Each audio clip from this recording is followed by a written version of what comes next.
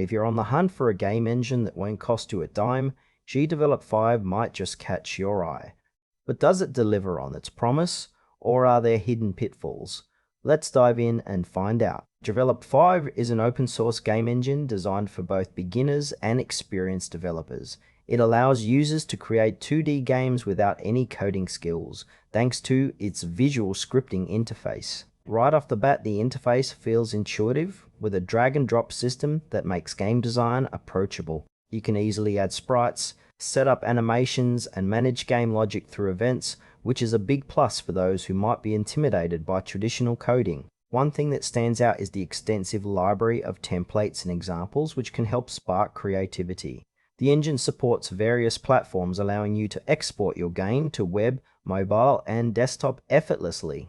However, while the core functionality is impressive, there are some limitations in terms of advanced features that seasoned developers might expect, like 3D support or in-depth performance optimization tools. Overall, GDevelop 5 has a lot to offer, but it may not cater to every type of game creator.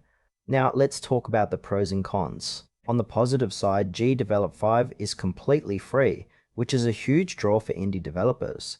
The visual scripting makes it accessible, and the community support is quite vibrant, with plenty of tutorials and forums available. However, it's not all sunshine and rainbows. Some users have reported frustrations with the limited capabilities when it comes to more complex game mechanics.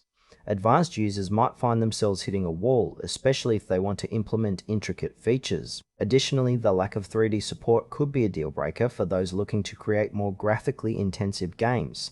If you're just starting out, it's a fantastic tool, but if you're aiming for something more ambitious, you might want to explore other options. In conclusion, GDevelop 5 is a solid choice for beginners and those looking to create 2D games without breaking the bank.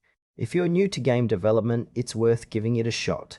However, seasoned developers might want to consider other engines that offer more advanced features.